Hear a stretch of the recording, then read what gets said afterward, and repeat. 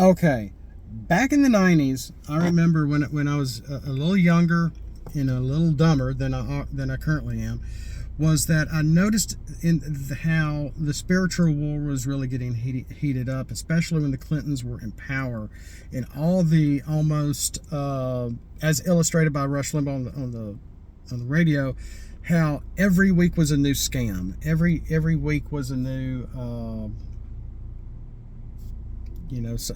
something up was going on with the Clintons almost all the time. Farmgate, this gate, and apparently, what's his face didn't off himself and all that mess. So that goes way, way, way, way back. And I was noticing the spiritual war heating up even back then, but prior to 9/11, which was kind of the pinnacle of everything, if you think about it. So back then, politics seemed to be not opposite, but separated from the spiritual. But it was during that era that I think we all started to notice, if you were alive back then, how we knew something was amiss. We knew something was going on. And now it is the year 2023, and the evil Decepticons have taken over. No, it is 2023, and over the past couple of years, we've seen some really strange things in our country. In a country that is supposed to be of the people, for the people, by the people, run by people we supposedly vote for. Unfortunately, this is all backwards. They're swampy politicians that have made it a career to lord over us for as many decades as possible, which is unfortunate, because that's not how our system should be working. With people like Joe Biden, for example, from 1977, but almost before I was born, he's been in D.C.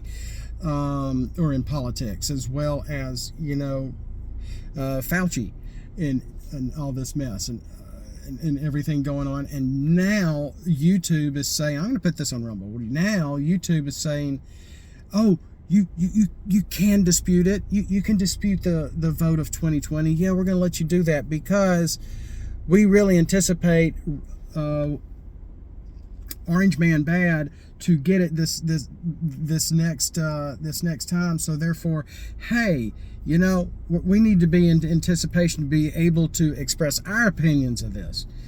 That's what everybody's been saying, from Tim Pool to probably Benny Johnson and everybody else.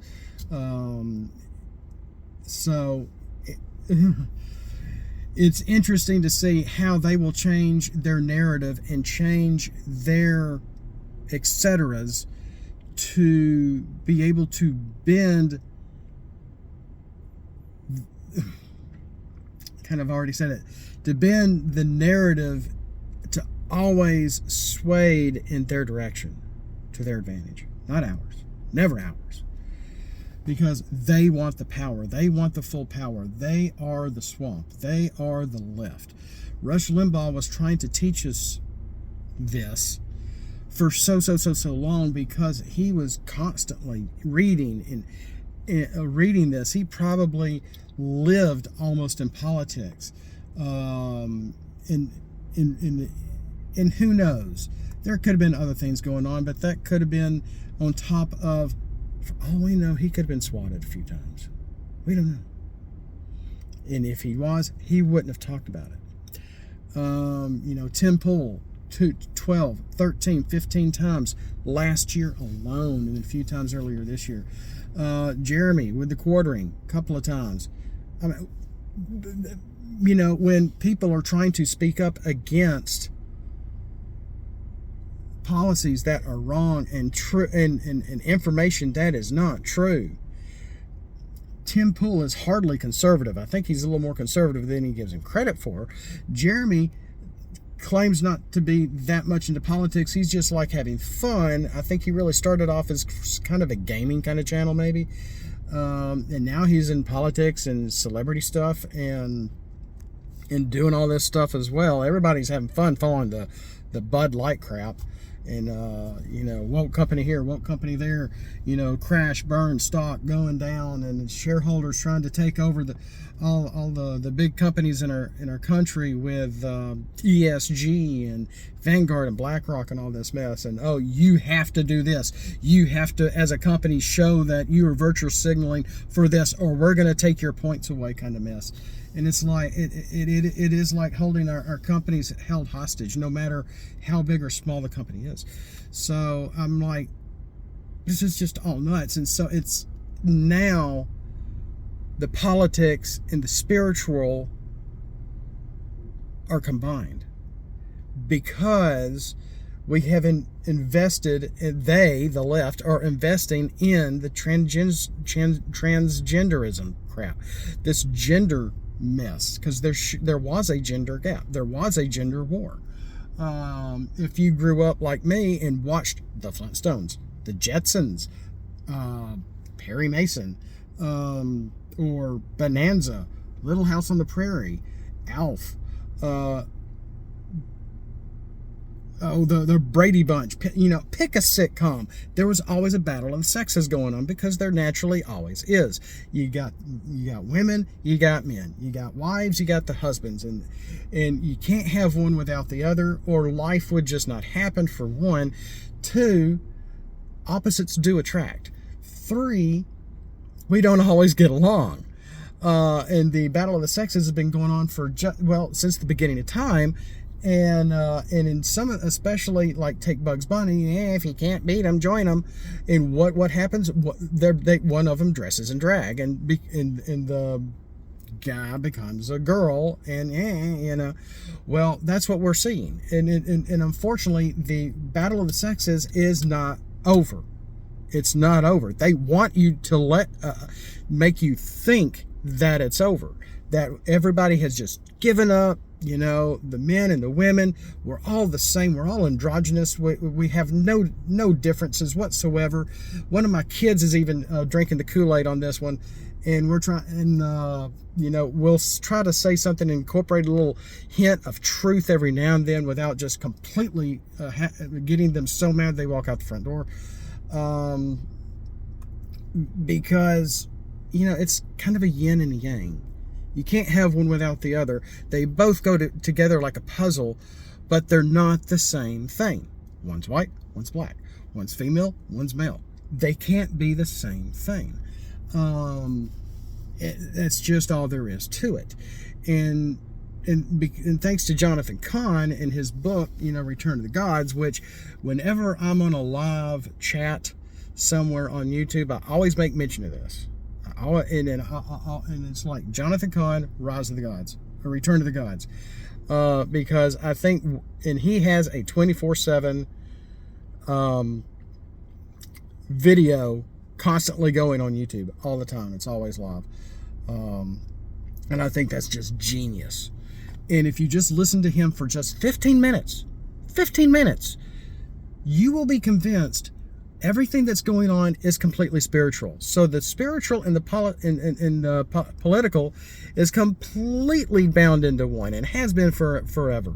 And that includes this battle of the sexes, which is not over. It is still going. And I hate to say, we can't give up, because Jesus doesn't want you to give up. He doesn't want me to give up. He doesn't want my wife to give up. We were at each other's throats yesterday over getting a light installed, of all things.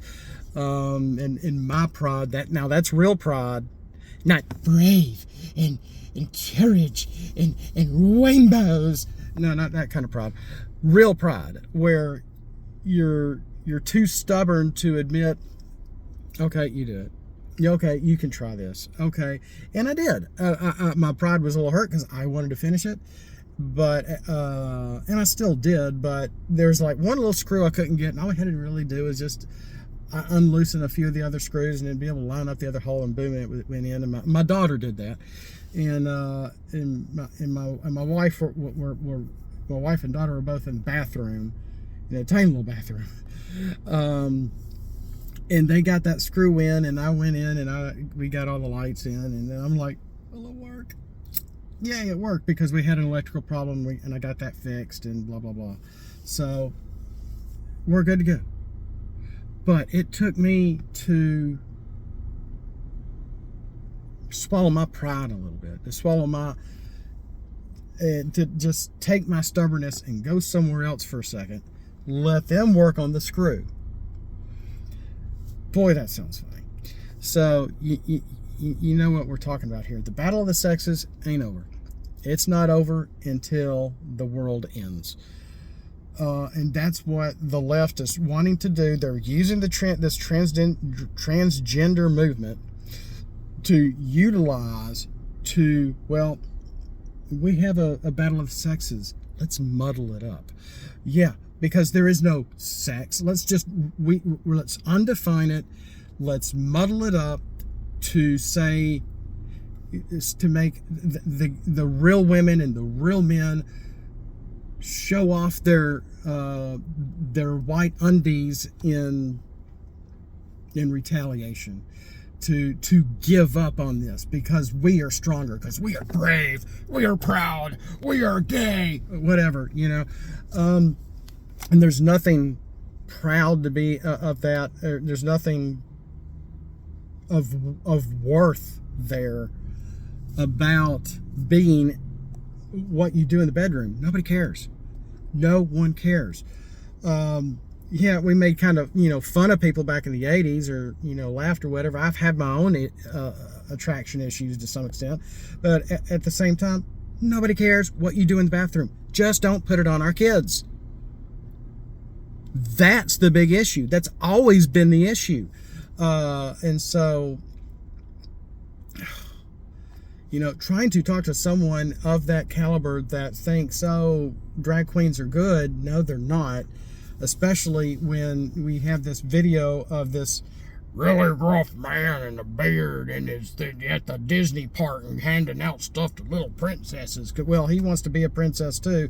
Forget about all the attention on the cute little girls coming in to want to be a princess. Now all the attention is on this old man in a beard and a dress. That's not where the attention should be. The attention should be on the kids. But unfortunately now, all the attention is on this man in dress handing out stuff to your little kids at a Disney park. That's not concerning to y'all on the left? No? Not really? Or all the stuff that Ab Prolin or that was doing and making and creating and the clothes and Target for toddlers? For babies? For preteens? That didn't concern you?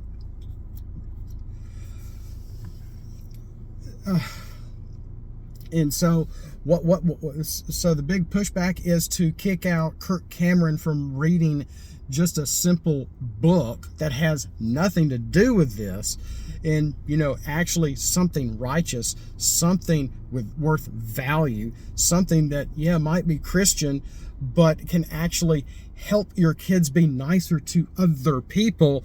Oh, we can't have that. Let's kick him out of the library.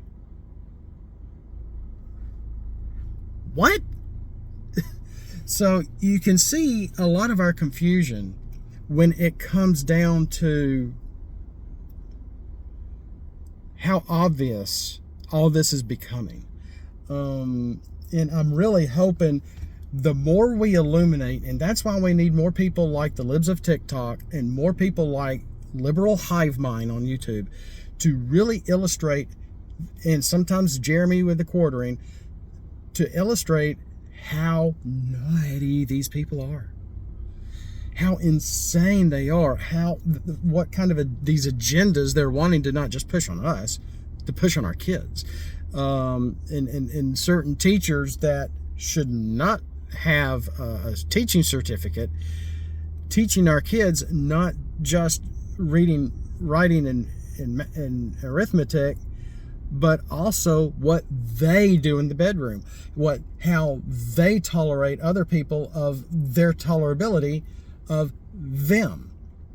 No, when you are a teacher and you're teaching a class, it's not about you. I hate to say it. I used to be a teacher. Hello. In another lifetime, 25 years ago, in the Juicincio Springs. No, 25 years ago, I was a teacher. And it wasn't about me. It was about me imparting information to my class. It was almost an impossible task how everything was set up and where I was teaching at. But the point is that I was not teaching them what I did in the bedroom. I was not teaching them what my pronouns were.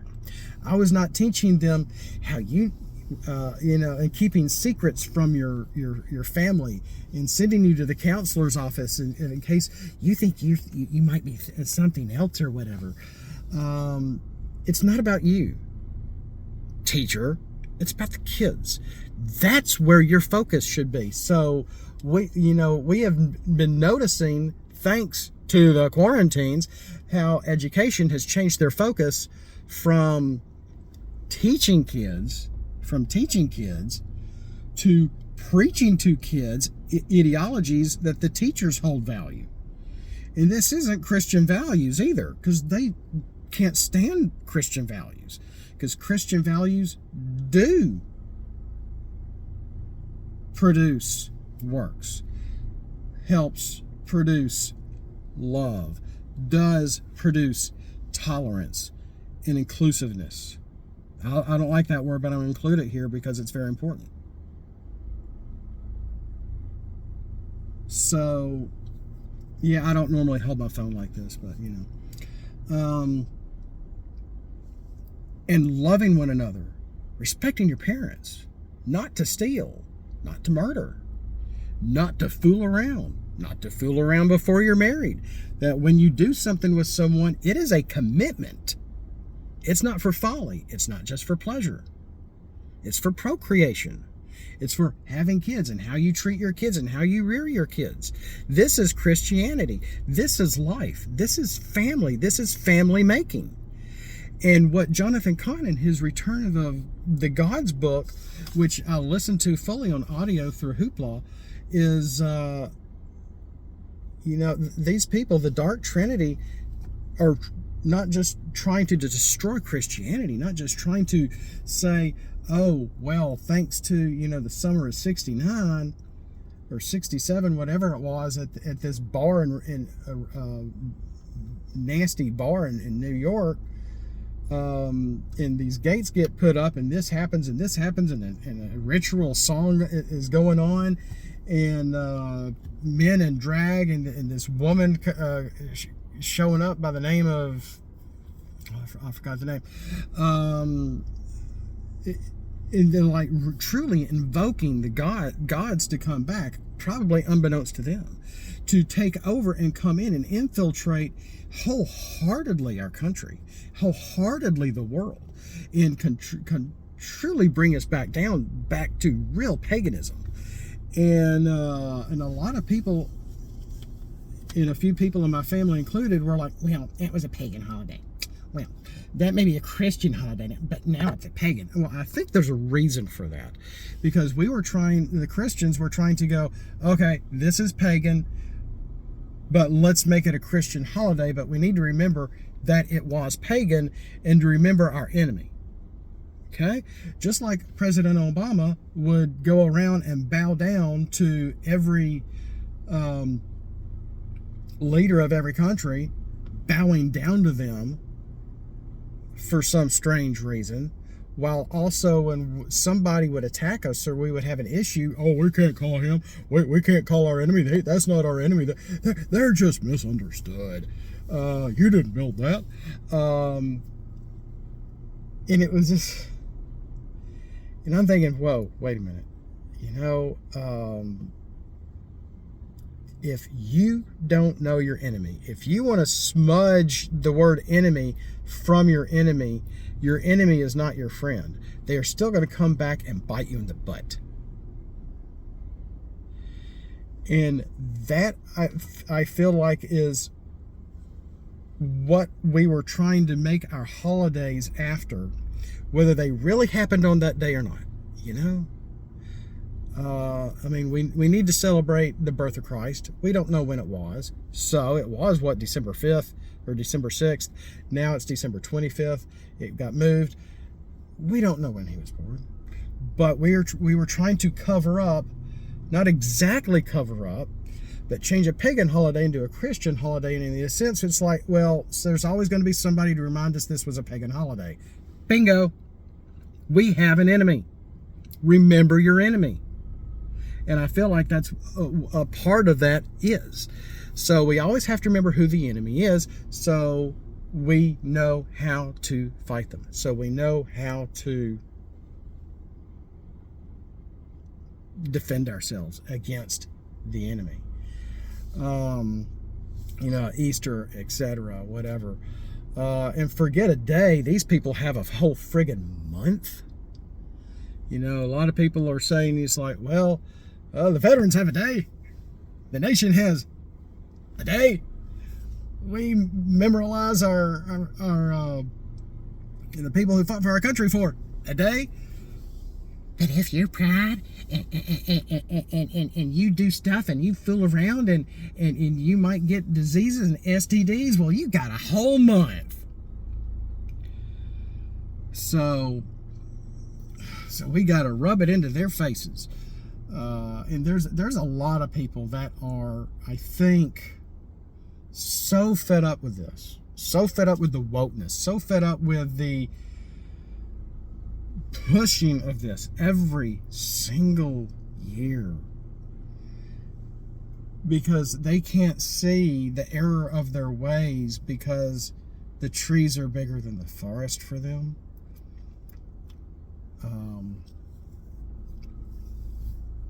And I love you very much.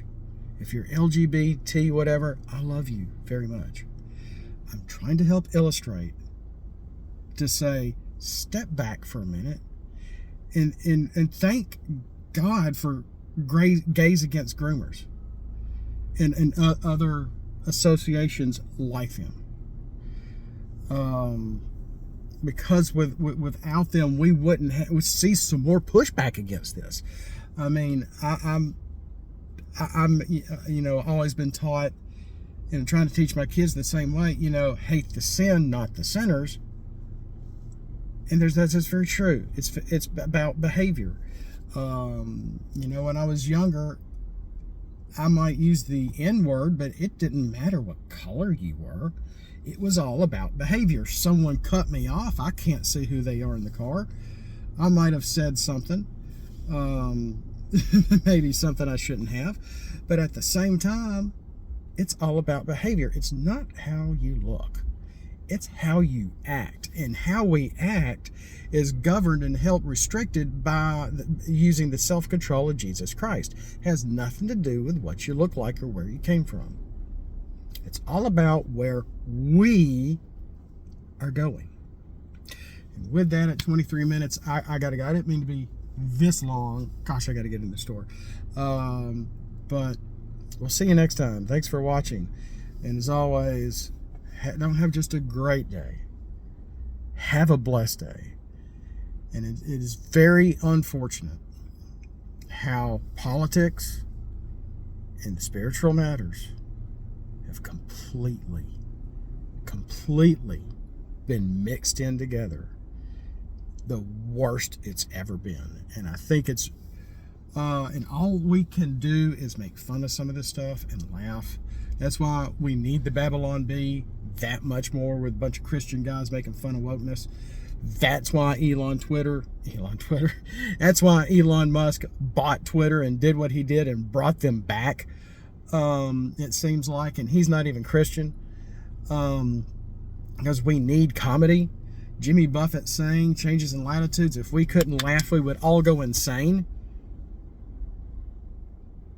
Yeah, they want us to go insane.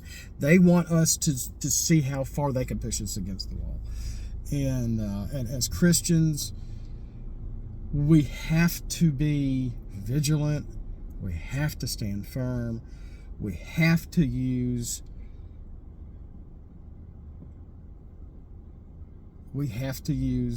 soft skills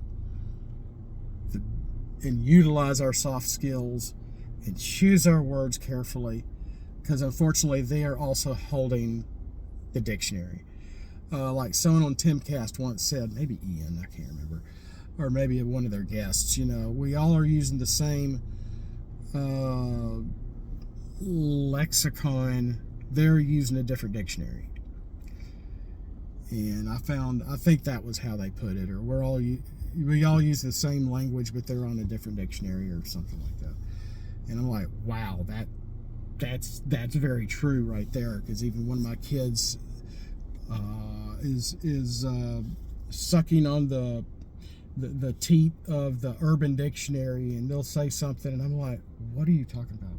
What does that mean? Why are you trying to school me on this crap anyway? I don't need to know this. I don't want to know it. But without further ado, I've already gone way too long as it is. Thanks for watching. I hope you got something from this. I know this is my own little echo chamber. I'll see you next time. Praise be to God, and peace be to you.